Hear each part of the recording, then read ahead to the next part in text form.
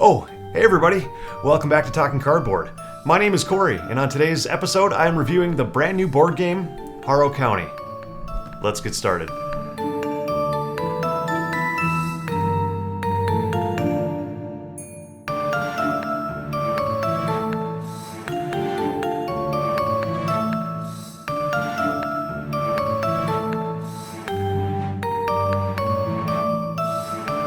Alright everyone, here I am today reviewing the brand new board game Harrow County, and before we get started I'm going to blow out the candle before I burn down the place, and then we can now continue.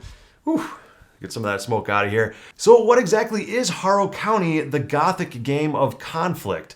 Well, to get a little bit into the backstory and the theme here, Harrow County is a dark horror-themed game where the theme behind it is a witch named Hester was hung, burned, and buried under a tree. Sometime later, the family of Hester came to Harrow County to destroy it, but standing in their way is 18-year-old Emmy, who mysteriously has powers of her own. In the asymmetric combat game Harrow County, the game of Gothic conflict, players can play as one of the protectors trying to rescue townsfolk, or play as one of the family trying to destroy Harrow County. You can instead play as a third faction that originates from the surprise return of Emmy's twin sister Cammy, who wants to rule Harrow County. Players activate mason jars to move their haints, which are undead creatures, around the hex-based board as they try to accomplish their missions. Combat is resolved using a never-before-seen cube tower that's built right into the actual box of the game. Finally, a third player can enter the game playing as Hester, the dead witch, which was buried under the tree. She controls the roots of the tree, and using the cube tower, Hester can infect haints on her roots, which causes a snake to be placed into its ear. That player can still control this haint, but now so can Hester. If Hester comes back to life, then she needs to eat the other legends to gain all her power back to win the game. In short, Harrow County is a thematic, tactical game of territory control and enemy elimination to determine the fate of Harrow County. So yes, in Harrow County, you are playing a bunch of different asymmetric factions, kind of along the lines of games like Root and other asymmetric area control combat games. What makes Harrow County really unique, though, is that it is technically only a 1 to 3 player game, and if you get the deluxe version, it comes with an expansion to play up to 4 players as well. And what's really cool, like I said about this, is that each faction is playing completely different. Their win conditions are pretty similar, at least for the protectors and the family in this game. Like I said, the protectors are trying to protect the town and save villagers to try to gain points that way. Also, killing haints gives the protectors points. The family of the witch is coming back to town to try to gain points by burning down buildings and also killing the protectors' haints. They get points that way as well. And the first player up to at least 7 points or more triggers the end of the game, and ultimately the player with the most points will win the game. But like I said in the introduction of this video, this game can play up to 3 players out of the core box, and that third player, if you are playing with 3 players, will have to be Hester the Witch. And Hester works completely different than the protectors or the family. She's not trying to get up to 7 victory points to win, she's trying to fulfill 6 different missions along the way to complete her victory goals for the win. By going around the map and trying to eat the other legends to steal tokens from them, or to try to infect their haints with snakes that go into their brains, and once the witch infects those haints, she can then go around and pit them against one another to then take control of them onto her player board. And if she can take control of a mix between 6 different tokens and infecting the other player's tokens and taking control of them, then Hester the Witch will win the game. There's also a 4th faction. I have not played this game as a 4-player game quite yet, but the 4th faction also plays completely unique, where you're a group of monsters that are trying to go around and find the queen and the queen's crown and the queen's sword, but you don't know what tokens have that revealed underneath them. So you're really trying to gather information to try to figure out where they're at, and if you can discover those 3 items, then that's how that faction wins the game. There's also another base game faction called Cammy, which is Emmy's evil twin sister, and even that plays completely differently as well. I haven't played with Cammy yet either, but her goal in the game is her soul has been lost and is locked up within one of her stuffed animals, and she has to figure out which of the stuffed animals has her soul in it, and if she can figure that information out, then Cammy wins the game. So there you have it. There are a bunch of different factions to choose from in Harrow County right out of the base box, or if you get, like I said, the deluxe version with the expansion built into it, then you can play up to a 4-player game. What I really like about the game here is it's got a lot of tactical and strategic strategy, but it only plays in about 45 minutes to an hour after everybody understands what they're doing.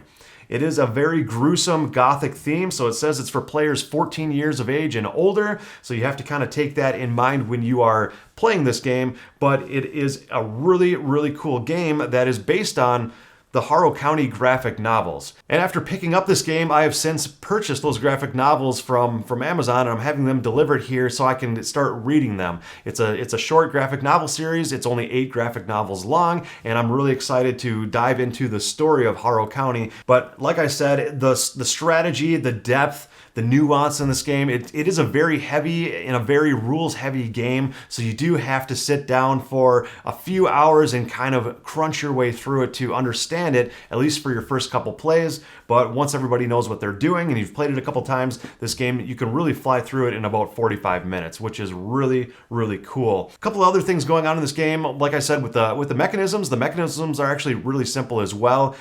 Both of the players, the protectors and the family, have 4 mason jars that are in front of them, and on each of the mason jars there is one action that they can do. And the player playing the protectors and the player playing the family has the same 4 actions to choose from. So once you know those 4 actions, you pretty much know how to play the other faction as well. There's a little bit of nuances with the way those mason jars are played. Like if you're playing as the family and you choose the token mason jar to do that action, you are actually building tokens from the main map into a bag. So you're bag building and pulling tokens out of there to then do future actions with those. Whereas if you're playing as the protectors, you are using that token action to trigger different actions on your player board, and you can actually gain more tokens and add them to your player board to make your actions stronger and stronger throughout the game. So both of those actions play out a little bit differently, and that's kind of the way this game is played, where yes, every faction is asymmetric, but they all play out, kind of similarly enough to where when you understand one, you pretty much understand the other, but they do play differently as well. So they have a completely different feel to it as you're playing it. So there's plenty to explore in this game. Like I said, a ton of pros in this game. I really enjoy the fast gameplay, the asymmetric gameplay, really enjoy the depth of strategy in this game and everything that goes along with it.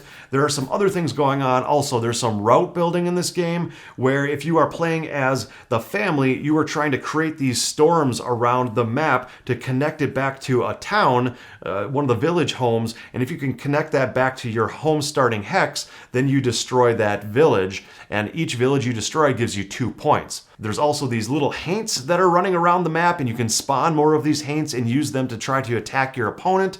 And the haints are just basically kind of, I think they're just made out of like the mud, or they're just these creatures that you're just kind of mending and molding together and kind of shooting them out onto the main map to use them to attack your opponents. But if you can take down your opponent's haints, you get 1 point for every time you do that as well. And then there is a brambles spot in the center of the map that if you control that spot at the end of a round, you gain a point. So you can see how the points really add up quickly, and you can get up to 7 points in a hurry for the victory. So this game definitely does not last very long. The player who's playing Hester the Witch is playing out completely differently as well. Hester is placing these root tokens around the map to try to collect these cubes of different colors based on the terrain type on the map, and she is collecting these cubes to then throw into the cube tower so that when they come out, she can basically spend those cubes to do different actions. She's trying to get 2 haints of different player colors to come together, to infect them, to create bonfires. If you create enough of those bonfires on the map, it reduces the cost of actually spawning Hester herself. And when Hester's on the map, you can really do some crazy things with her. Like you try to run up to one of the other legends onto their same hex to steal tokens from them. And if you can get up, like I said, to a mix and match between infecting enough of the players' haints mixed with taking tokens from other players, you're trying to get up to a value of 6 of those for the victory on that. So that plays out completely differently than the protectors and the family, but still after you've played Hester the Witch once, you really understand it, and everybody else around the table can understand it pretty quickly. So this game also plays out in the rule book in 5 different chapters. So if you're interested in just kind of easing yourself into the game and stepping into chapter 1 through 5, it really introduces things slowly to you so you can grasp the concept and learn the game very easily that way. It makes it difficult to really reference the rule book for rules. If you've forgotten a couple rules here and there, it's hard to find which chapter exactly that came into play. But for your first time learning the game, it really steps you through very nicely to where you can play 5 quick different games through the rule book, but basically it's a scenario book that after you've played through the 5 scenarios, you understand the game completely. But some of the cons I can see, like I said, it is a heavier, more complex game. There's a lot of different rules, nuances. It's definitely a game that if you put down for a while and you pick it up and you haven't played it for a while, you're going to have to reference the rule book to kind of relearn a few things because there are a few little fine details with the rules to this game. But like I said, if you pull it out at least once every few weeks, once a month, get it to the table, it plays so quickly that the rules can stay fresh in your mind that way as well. So a really, really fun game. Some of the other cons I could see, if you're not really into abstract tactical combat strategy, you might not really like this game. This game, like I said, it is similar to Root, where you've got asymmetric factions and you're kind of vying for territory control and attacking one another, kind of like in Root as well. But this game is also kind of like a heavier, more complex, bigger version of like Onitama or chess or other abstract strategy games like that as well. So if you are really interested in that kind of gothic horror theme where you've got, the witches and you've got the skinless boy and you have all these kind of gruesome depictions of different characters, but you really like and enjoy playing games like chess or checkers or like Root or other asymmetric games or even abstract games altogether, then this game really plays very similarly to those. So another minor con for this game is that the cube tower is actually built right into the box. So you're actually putting cubes into the top, and some of the cubes get stuck in the tower before they fall out, and some of the other ones get spit out the bottom. And that's a really unique mechanism and also a pro for me. I really do like not really knowing how combat is going to be resolved, but you can kind of mitigate your combat or mitigate your luck by generating more power and more cubes to put into that tower so you have a better chance of your color cubes coming out the bottom. But the con with that is that it is built into the box. It is not removable. So after you play a game of Harrow County, you're shaking the box to try to get everything out of it before you put it away. So that's a little bit annoying there. But other than that, it is a fantastic production. Just kind of want to open the box here and show some of the components and how it's all nicely packed away. Everything, it looks very nice, very, very good quality. And like I said, you've got the family bag here that you're putting tokens into. You've got the player board, which is actually double-sided, so it adds some variability to the game as well. You got the one side there, other side here, so it changes up the different terrain tiles and different orientations and different zones, so that changes it up as well. And then you've got the player board here that has all the different mason jars on it, and that's where the 2 players are carrying out their actions and tracking your victory points and the amount of haints you have to kill to get victory points on the right side of the board over here as well. So the components here are nicely packed away in their own individual game trays. The tokens are packed away in a nice box as well, and then each of the factions has their own game tray. I don't know if it's game tray brand specific, but game tray like components here that keep everything nice and organized in their own protective boxes. And then you just pick whatever faction you want to be, hand the whole thing to that player, and they're good to go with all their components and pieces that they're going to need to play the game.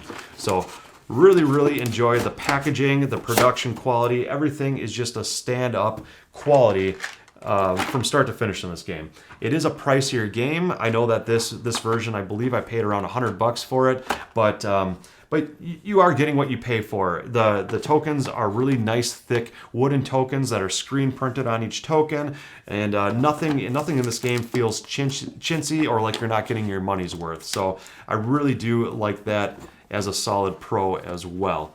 So If that sounds interesting to you, definitely give it a try. Like I said, I might do a follow-up review or some live gameplay of this as well. The one-player version to this game seems a little bit clunky and a little bit hard to run on its own, so I might not do a whole lot of playing this as a one-player game, but I would definitely like to live stream some 2- and 3-player, maybe some 4-player games of this in the future and get those posted to the channel as well, because I think it'd be really interesting for you all to see exactly how this plays out in a live format, because I really do think this game is a special game, and it's a game that's going to stay on my shelf for a long time. So scoring the game, my initial impressions after playing the game only a few times here, I would definitely give this score a 9 out of 10 for me.